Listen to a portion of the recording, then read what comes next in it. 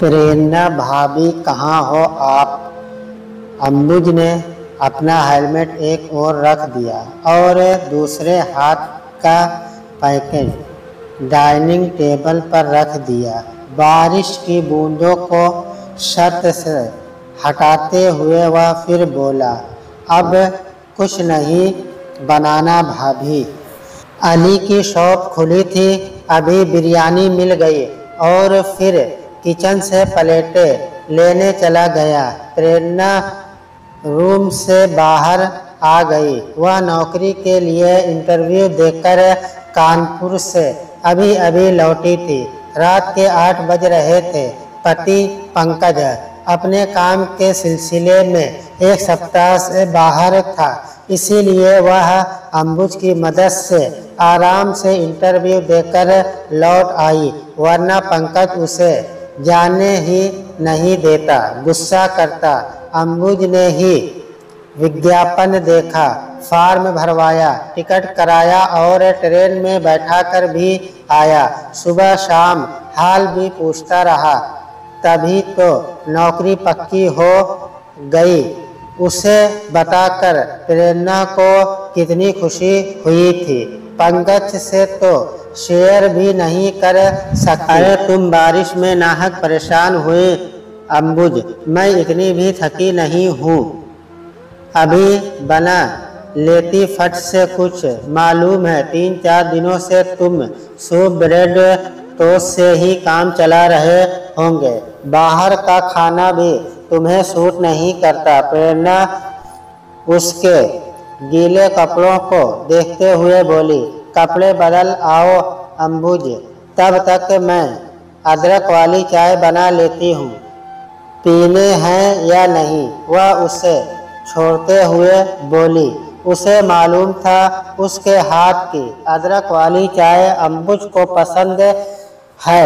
हाँ भाभी, चाय मुझसे सही नहीं बनती, इसलिए बनाई ही नहीं, कहकर सिर खुजलाते हुए चेंज करने चला गया।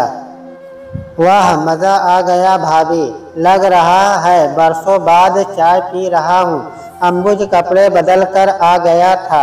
हाँ, मुझे लग रहा है देवरानी का इंतज़ाम जल्दी करना पड़ेगा। प्रेरणा मुस्कुराई। इतने सारे फोटो देखकर आई थी, कोई पसंद की? छोड़िए भाभी, वो सब अपॉइंटमेंट लेटर अब मिल रहा है, ये बताइए बस अगले हफ्ते। पर पहले यह सोचो कि तुम्हारे भैया को कैसे मनाएंगे। नौकरी तक पहुंचने में तुमने ही सब कुछ किया है, इसमें भी तुम्हारी ही मदद चाहिए। अंबुज बेटा जी, मुझसे तो वे मानने से रहे, तुम्हें ही कुछ करना होगा, वरना सारी मेहनत बेकार। प्रेरणा हंसते हुए बोली, अरे मैं उन्हें समझा दूंगा भाभी, आप चिंता क्यों करती हैं? फिर इसमें बुराई भी क्या है? हाँ, पता नहीं क्या सोच, क्या ईगो लेकर बैठे हैं।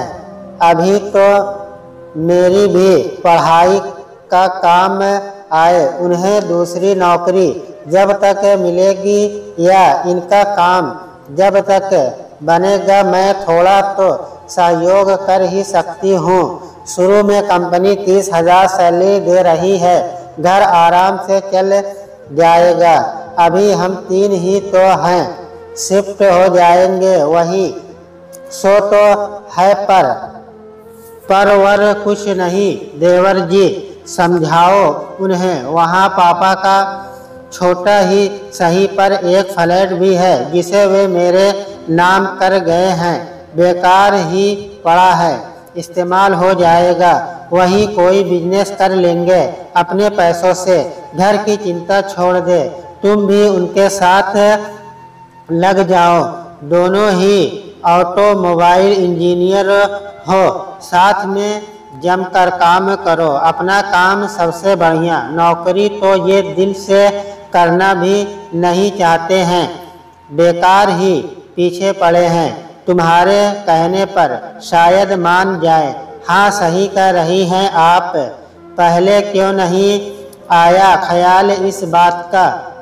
कहा था एक बार, मगर वही ईगो की बात है ना। ठीक है, मैं बात करता हूँ भैया से, आते ही मत कहना। घर रात 12 बजे पहुँचेंगे, सुबह का इंतजार कर लेना। अंबुज का उतावलापन देखकर प्रेरणा ने कहा, हाँ हाँ भाभी, पर कल पहले आप ट्रीट तो दीजिए। इंटरव्यू सफल होने की खुशी में एक मूवी तो बनती है। डन कहते हुए प्रेरणा मुस्कुरा दी। जब से प्रेरणा ब्याह कर घर आई थी, अंबुज उसका देवर कम दोस्त अधिक बन गया था। घर में और कोई तो था नहीं। पंकज की माँ पहले ही चल बसी थी। प्रेरणा केवल 1 साल अंबुज से बड़ी थी और पंकज प्रेरणा से 8 साल बड़ा। उम्र का फासला तो था ही, पर अपने पिता के निधन के बाद उनकी सारी जिम्मेदारियों को निभाते हुए पंकज और भी धीर गंभीर व्यक्तित्व का बन गया था। अपने मरने से पहले माँ ने अपने पति के मित्र की लड़की प्रेरणा से शादी करने को राजी कर लिया था। देख पंकज, अब बहुत जिम्मेदारी हो ली। बहन विदा कर दी, पापा का इलाज करवाया, अंबुज को भी पढ़ा लिखा रहा है। अगले साल उसकी भी नौकरी लग जाएगी। तुझे शादी करनी ही पड़ेगी अब, वरना मेरा अम्मा पंकज ने माँ को आगे नहीं बोलने दिया। तो हामी भर दे, मैं अभी फोन कर देती हूँ समधन जी को।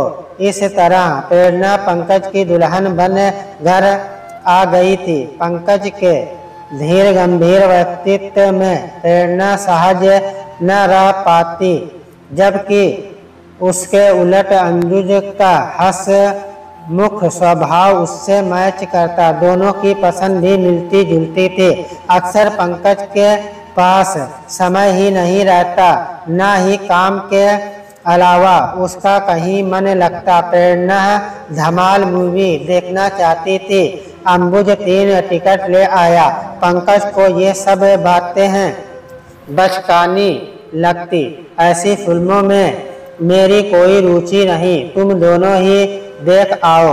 पंकज जानता था कि उसकी बोर कंपनी में वे भी एंजॉय नहीं कर पाएंगे। प्रेरणा को अधिक साथ अंबुज का ही मिला। वह उससे काफ़ी घुल मिल गई थी। दोनों की पसंद भी एक मूवी हो या टीवी के प्रोग्राम। अक्सर समय मिलता तो साथ देखते। महीने की शॉपिंग भी दोनों साथ कर आते। मजाक में कभी कभी प्रेरणा कहती थी, जरा सी चूक हो गई अम्मा जी से, बड़े से नहीं छोटे से मेरा विवाह कराना चाहिए था। पसंद भी एक जैसी और स्वभाव भी। अंबुज हेल्पिंग भी है, वरना मैं तो यहाँ गृहस्थी अकेले संभाल ना पाती।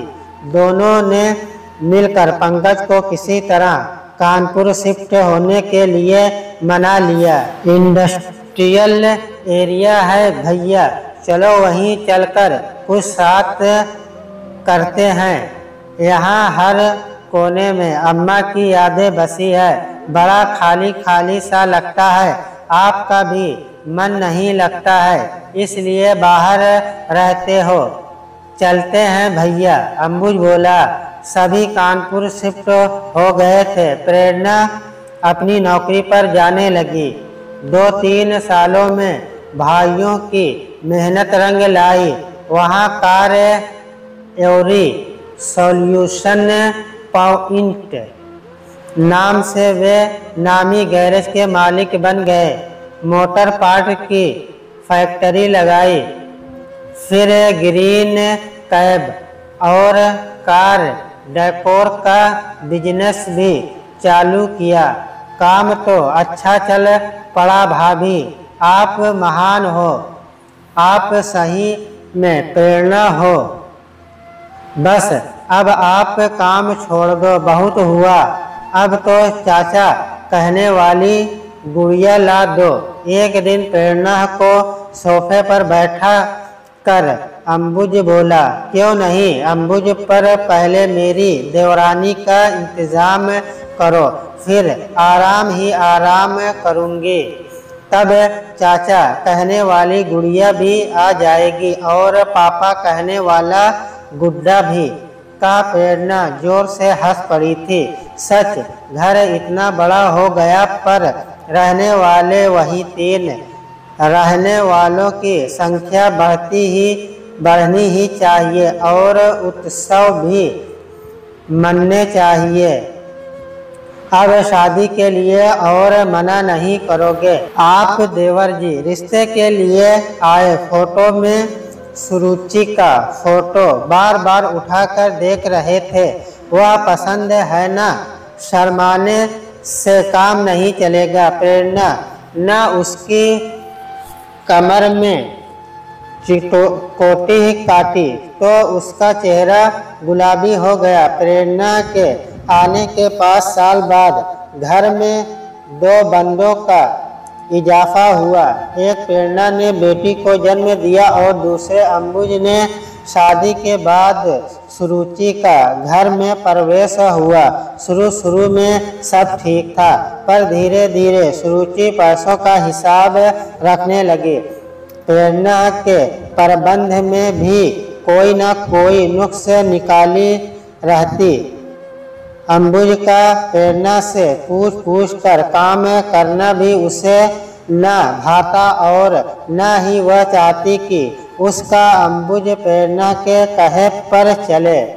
उसे साथ लेकर घूमना फिरना, मूवी मार्केट जाना, बिस्तर में बैठ कर साथ टीवी देखना, हंसी मजाक करना उसके कलुषित मन को और कसैला बना देता। उसने अंबुज से कई बार कहने की कोशिश की, पर वह डपट देता कि कूड़ा दिमाग के है तुम्हारा, साफ करो। माँ के बाद भाभी मेरी माँ समान है, बड़ी बहन भी है और दोस्त भी। अंबुज के सामने तो वह चुप हो जाती, पर प्रेरणा को रह रह कर ताने देने से बाज न आती। प्रेरणा का खून खौल उठता, पर कलह बचाने के उद्देश्य से उसने उसे कुछ न कहना ही उचित समझा। अंबुज से वह थोड़ी दूरी भी रखने लगी, जिससे सुरुचि को बुरा न लगे। उसे इस बात का ध्यान रहता। सुरुचि को तब भी चैन नहीं आया। एक दिन उसने मौका पाकर पंकज के कान भरने चाहे। भैया, आप तो बड़े भोले हो, काम में इतने व्यस्त रहे हैं, कुछ जानते ही नहीं कि घर में क्या हो रहा है। तब सुरुचि ने अपने मन का सारा जहर उगल दिया। सुनकर पंकज उसी पर आपे से बाहर हो गया। बोला, छी, ऐसी घटिया बातें सोची भी कैसे तुमने? अंबुज को वह अपना देवर नहीं, छोटा भाई मानती है। अंबुज ने भी उसे बड़ी बहन का दर्जा दिया। मैं अधिक वयस्क रहता हूँ तो वह उसके साथ मिलकर घर की हर ज़रूरत का ख्याल रखता है, तो इसका ये मतलब है। इसी बीच प्रेरणा वहाँ आ गई। पूछा, क्या हुआ पंकज? पंकज को गुस्से में देख वह घबरा गई थी। अंबुज भी वहाँ आ पहुँचा। वह समझ रहा था जो कड़वाहट सुरुचि ने उसके मन में घोलनी चाहिए थी, वही जहर भैया के सामने उगल दिया होगा। ऐसे शादी नहीं चल सकती। तुम्हें भाभी से माफ़ी मांगनी होगी, फिर तुम चाहे जहाँ जाओ, कह अंबुज ने वहाँ से खिसक रही सुरुचि को पकड़ लिया। बीच बचाव करती प्रेरणा पास आ गई। ये क्या तरीका है अंबुज, पत्नी से बात करने का? छोड़ो इसे। अंबुज ने पकड़ ढीली की तो सुरुचि एक और हट गई। इसमें गलत क्या है? किसी भी नवविवाहिता को बुरा लगेगा कि उसका पति उससे अधिक दूसरे को महत्व दे रहा है। यह तुम्हारे साथ अकेले कुछ समय बिताना चाहती है तो इसमें हर्ज क्या है? हर जगह मुझे साथ ले चलो या हर बात में मैं घुसी रहूं, ये भी ठीक नहीं। मैंने पंकज से पहले ही कहा था अंबुज, अब तुम शादीशुदा हो, तुम दोनों की अपनी लाइफ, अपनी प्राइवेसी होनी चाहिए। प्रेरणा बोली। हाँ, प्रेरणा ने मुझसे पहले ही कहा था, मैं इससे नाहक ही गलत समझ रहा था। इसने जिद करके तुम्हें शादी की सालगिरह पर फ्लैट गिफ्ट करने के लिए खरीदवाया। यह तुम दोनों को सुखी देखना चाहती है। इसने 2 बिजनेस भी अंबुज के नाम से अलग करवा दिए। कह पंकज अलमारी से सारे पेपर्स निकाल लाया था। तुम अगले हफ्ते, क्या आज ही यह सब अपने पास रखो। जाओ, तैयारी करो और खुश रहो। भैया भाभी, मुझे माफ़ कर दीजिए, मैंने आपको गलत समझा। सुरुचि चरणों में गिर पड़ी। अंबुज गुड़िया को गोद में उठाए उसके गाल पर प्यार करने के बहाने अपनी नम आँखों को पोंछ रहा था। प्रेरणा समझ गई कि सबसे अलग जाने की कल्पना से अंबुज का दिल कितना आहत हो उठा।